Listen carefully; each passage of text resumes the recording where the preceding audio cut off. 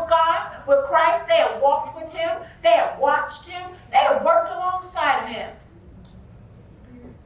So you can go to church. You can be on every different type of ministry you want to be. But until you believe him at his word, when you get squeezed, what you believe comes out. So it's recognizing when I understand that we can find ourselves misplacing expectations onto our circumstances instead of rising to the expectation of our God. The God who actually predicts the storms, controls the weather, and wants evidence of the change in you.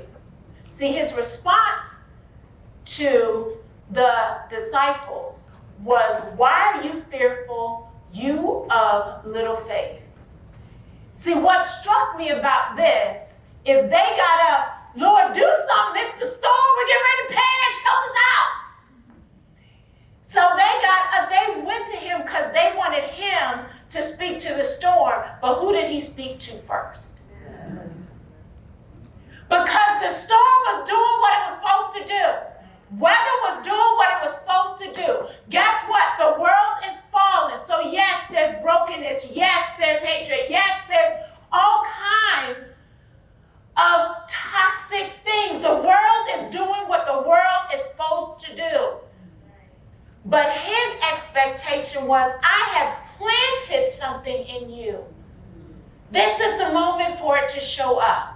So he spoke to them first because they actually in the moment was the thing that was out of order. The weather was doing what the weather was supposed to do. God said, let's go to the other side. What does the other side look like for you?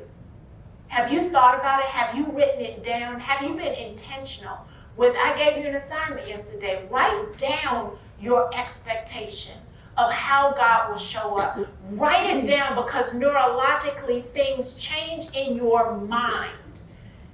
My very first time I was here at Sandy Cove on this stage speaking, I worked on a project that I called Think.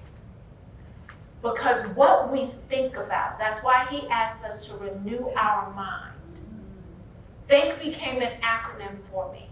Tested by fire, healed for a purpose, to influence others with a no matter what faith, knowing that I am enough. It's how we think. It's how we think. So as you write down your expectations, it changes your thinking. It creates neurological pathways.